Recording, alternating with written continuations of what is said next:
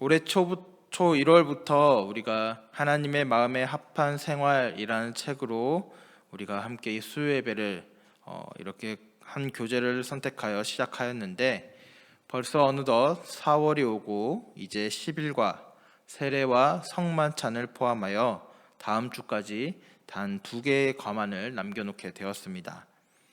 남은 시간 동안 말씀을 통해 하나님의 마음에 합한 생활로 오늘 우리의 삶을 돌아보며 점검하는 귀한 시간이 되기를 소망합니다. 교회에는 성례전, 즉 문자 그대로 성스러운 예식이라고 규정되는 예식들이 있습니다. 우리 구교라 불리는 카톨릭에서는 7가지의 성례, 즉 칠성례라고 하여 그것을 지키고 있지요. 이를 쭉 한번 열거해 보겠습니다. 흔히 영세라고도 알려져 아직 초자연적 생명을 얻지 못한 미신자에게 베푸는 성사라고 하여 기독교의 세례에 해당하는 성세성사라는 게 있습니다. 또 두 번째는 신자에게 성령을 내려주고 신앙에 방해가 되는 세속과 싸울 수 있는 힘을 주는 견진성사. 모양은 조금 다르지만 기독교의 성찬과 비슷한 우리 성체성사.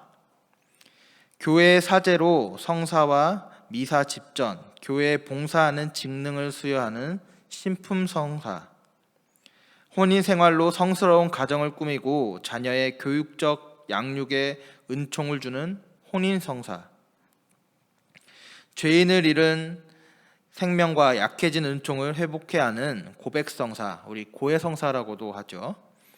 그리고 중병으로 신음하는 신자와 죽음에 임한 신자를 위로하고 격려하는 병자성사.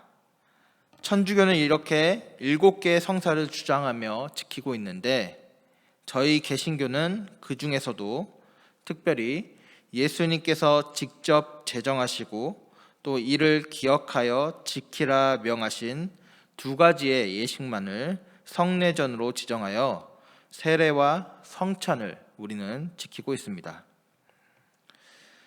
교회 구성원이 되고자 하는 사람은 누구든지 세례를 받게 되며 그때부터 교회에서 열리는 성만찬에 참여하게 됩니다. 그러나 때로는 이 예식들이 너무나 당연한 통과 의례나 습관적으로 행해지는 의식처럼 되어 참여하면서도 이 예식의 의미를 깊이 있게 느끼지 못하는 성도들을 우리는 우리의 주변에서 많이 보게 됩니다. 오늘은 이 2가지의 성례전에 대해 함께 공부해 보도록 하겠습니다. 여러분은 여러분이 세례 받았던 때 혹은 입교하시던 때를 기억하고 계십니까?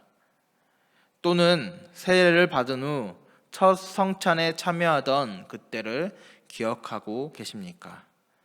그때의 마음들은 어떠하셨습니까? 오늘 마태복음 3장의 본문에서 예수님도 공생애의 사역을 시작하면서 세례 요한에게 세례를 받으셨습니다. 그리고 오늘 하나님은 이를 기뻐하시며 오늘 하나님의 음성과 함께 성령이 비둘기같이 오늘 예수님의 위에 임함을 그 자리에 있는 사람들이 보게 되지요. 이처럼 세례는 시작의 의미가 있습니다. 모든 그리스도인들이 자신이 그리스도인으로서의 삶을 시작한다는 예표가 바로 이 세례인 것입니다. 이와 반대로 성만찬은 오늘 예수님께서 공생애 사역의 마지막 단계에서 제자들로 하여금 당신을 기념하게 하기 위해 제정하신 예식입니다. 그리하여 오늘 이 예식을 통하여 오늘 우리는 우리를 위해 찢기신 예수님의 몸과 우리를 위해 흘리신 예수님의 피를 기념하고 기억하며 예수님의 십자가의 사역과 함께 제자로서의 자신의 삶을 결단하는 시간을 갖는 것이죠. 이 세례와 성찬 2가지의 예식에 담겨 있는 의미를 조금 더 깊이 살펴보도록 하겠습니다. 먼저는 세례입니다. 먼저는 세례는 기본적으로는 죄를 씻는다는 의미를 가지고 있습니다. 사도행전 22장 16절에 이제는 왜 주저하느냐 일어나 주의 이름을 불러 세례를 받고 너의 죄를 씻으라 하더라. 우리가 몸을 씻으며 물로 우리의 몸에 더러운 것을 씻어내 버리듯이 세례를 통하여 지난 우리의 죄를 깨끗이 씻어버리며 새로워지는 회개의 의미를 이 세례는 가지고 있는 것입니다. 또한 이 세례는 죄를 씻는 의미와 더불어 나아가 자신의 지난날의 잘못된 삶을 깨끗이 마감하며 그리스도와 함께 죽는 것을 의미합니다. 로마서 6장 3절 4절 말씀에 무릇 그리스도 예수와 합하여 세례를 받는 우리는 그의 죽으심과 합하여 세례를 받은 줄을 알지 못하느냐. 그러므로 우리가 그의 죽으심과 합하여 세례를 받음으로 그와 함께 장사되었나니 이는 아버지의 영광으로 말미암아 그리스도를 죽은 자 가운데서 살리심과 같이 우리로 또한 새 생명 가운데서 행하게 하려 하심이라. 여기서의 이 죽음은 그저 단어 그대로의 죽음으로서만의 의미를 가지고 있는 것이 아닙니다. 이제 세례받는 자가 그리스도와의 새로운 삶을 살아가기 위해 이전에 나의 죄악된 모습들이 끊어지는 그러한 죽음을 이야기하며 새 수를 새 부대에 담기 위해 그리스도와의 새로운 삶을 위한 반드시 필수적인 단계인 바로 그리스도 안에서의 죽음을 의미하는 것입니다. 또 세례에는 어떤 의미가 있을까요? 그리스도와 함께 다시 살아나는 것을 의미합니다. 예수님도 강가에서 세례를 받으셨습니다. 여기서 세례를 뜻하는 헬라어 밥티스마는 침수하다라는 동사에서 나온 말로 원래 몸통을 물속에 잠그는 침례 예식이었습니다. 물론 우리 장로교에서는 그 예식을 상징화한 머리에 물을 흘려보내는 것으로 그것을 대신하고 있죠. 물에 온몸을 담그는 것은 죽음을 의미합니다. 그리고 거기서 다시 건짐을 받는 것은 새로운 삶으로의 거듭남을 상징합니다. 옛 자아가 죽고 새로운 자아가 다시 탄생하는 순간입니다. 그래서 초대교회에서는 이 예식을 예수님이 부활하신 부활절 새벽에 행했던 전통을 가지고 있습니다. 그리스도의 죽음에 참여하여 세례받은 사람은 이와 동시에 그의 부활에 참여하여 그와 더불어 새로운 삶을 살아가야 하며 예수 그리스도의 인격과 그 말씀 안에서 모든 생각과 말과 행동이 그리스도와 되는 삶을 살아야 한다는 것입니다. 성경은 이러한 삶을 그리스도로 옷 입은 삶이라고 이야기합니다. 갈라디아서 3장 27절에 누구든지 그리스도와 합하기 위하여 세례를 받은 자는 그리스도로 옷 입었느니라 라고 기록되어 있습니다. 이전의 삶과는 반드시 구분되어 예수 그리스도를 만나기 전에 자신의 삶은 이미 죽고 이제 그리스도의 인격을 닮은 새로운 인격으로 성령의 인도하심을 받아 살아가는 바로 세례는 이제 그리스도로 옷 입은 자의 삶으로 인생을 살아가기를 결단하는 그런 시작의 의미를 가지고 있는 것입니다. 여기서 이런 질문을 던질 수 있겠죠. 저희는 너무 세례나 입교를 통해 그 시간을 경험한 지가 오래되었습니다. 세례를 받았던 때가 잘 기억이 나지 않습니다. 아니요, 지금부터입니다. 지금이라도 오늘 우리가 이 의미를 기억하여 오늘 나의 삶을 다시금 되돌린다면 또한 나의 죄된 모습을 그리스도의 십자가 앞에 내려놓고 새롭게 살고자 오늘 우리의 신앙을 새롭게 한다면 오늘 우리는 세례받은 자로서의 삶을 다시금 살게 되는 것이지요. 바라기는 오늘 이 세례의 의미가 오늘 우리의 신앙에도 다시금 적용되어 오늘 그리스도의 모든 생각과 말과 행동이 오늘 우리의 삶과 인격에 드러나기를, 또한 그리스도로 옷 입은 삶을 살아가기를 주님의 이름으로 축복합니다. 그렇다면 이번에는 성만찬에 대하여 살펴보도록 하겠습니다. 먼저 성만찬은 예수 그리스도를 기념하는 의식입니다. 성만찬에 임하는 저희는 그리스도의 고난을 기억해야 합니다. 혀로 떡의 감촉과 포도주의 맛을 직접 느끼면서 우리에게 직접적으로 오늘 이러한 촉각과 미각을 통해 십자가의 사건을 더욱 현실적으로 머릿속에 그려보며 우리가 오늘 예수님의 그 고통으로 말미암아 구원받았음을 감사해야 합니다. 그리고 오늘 우리는 이 성찬의 사건을 통해 하나님의 구원의 언약, 그 약속을 기억하고 또한 되새겨야 하는 것입니다.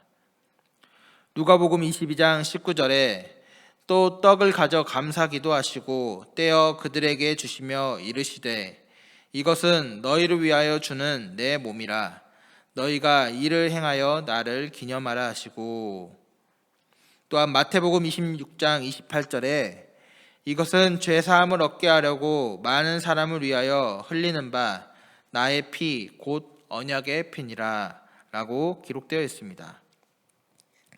이어서 기념을 의미하는 헬라어는 아남네시스, 회상하다 라는 의미를 가진 단어에서 파생된 단어입니다. 예수님께서 이 예식을 행할 때마다 그리스도의 십자가의 죽음의 의미를 잊지 말고 항상 기억하며 회상할 것을 당부한 것이죠. 그래서 요즘 우리는 코로나 시대로 인해 성만찬을 하는 것이 자유롭지 못하지만 실제 초대교회 예배에서는 이러한 아남네시스를 중요하게 여겨 매 예배마다 말씀이 끝난 후 세례받은 자들만 남아서 이 성만찬을 실시하였다고 전해집니다. 두 번째로 성만찬은 예수 그리스도와 하나됨을 의미하는 의식입니다. 요한복음 6장 56절에 내 살을 먹고 내 피를 마시는 자는 내 안에 거하고 나도 그의 안에 거하나니, 고린도전서 10장 16절에 우리가 축복하는 바 축복의 자는 그리스도의 피에 참여함이 아니며 우리가 떼는 떡은 그리스도의 몸에 참여함이 아니냐. 이처럼 우리는 이 성만찬이라는 시간을 통해 예수 그리스도의 살과 피를 먹으면서 우리는 예수님께서 내 안에 살아계심을 경험하고 오늘 우리의 삶을 돌아보고 결단하는 경험을 하게 되는 것이죠. 이와 같이 성만찬이 예수 그리스도와 하나됨을 확인하는 의식이라면, 또한 그와 함께 같은 떡과 잔을 나눈 성도들은 성찬식을 통해 예수 그리스도 안에서 한 몸 된 지체임을 의식하는 시간을 가집니다. 우리가 함께 식탁에 앉아 밥을 먹는 사람들을 우리는 식구라고 부릅니다. 모두 다른 모습으로 하루 내내 생활하고 활동을 하다가도 우리는 이 한 상 아래서 함께 같은 음식을 나누고 식사를 함으로 인해 식구라는 소속감을 갖게 되죠. 고린도전서 10장 17절에 떡이 하나요 많은 우리가 한 몸이니 이는 우리가 다 한 떡에 참여함이니라 라고 기록되어 있습니다. 이처럼 교회에서 함께 신앙생활을 하는 성도들은 모두 다른 모습, 다른 은사, 다른 삶의 모습으로 살아가고 있습니다. 심지어는 중요시 여기는 것도 또한 생각도 각기 다릅니다. 그러나 우리가 예수 그리스도의 몸과 피를 기념하는 이 성만찬이라는 상 아래 모일 때 우리는 어떠한 사실을 기억해야 합니까?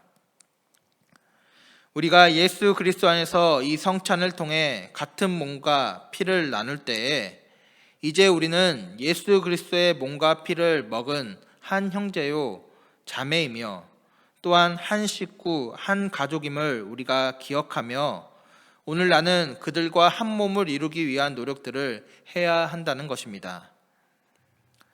물론 쉽지 않겠지요.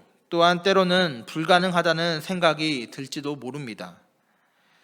그러나 오늘 우리가 함께한 이 성찬에는 예수님의 이러한 마음들이 담겨져 있는 것이며 오늘 이를 위해서 예수님께서는 그 십자가의 고통을 친히 담당하신 것이죠.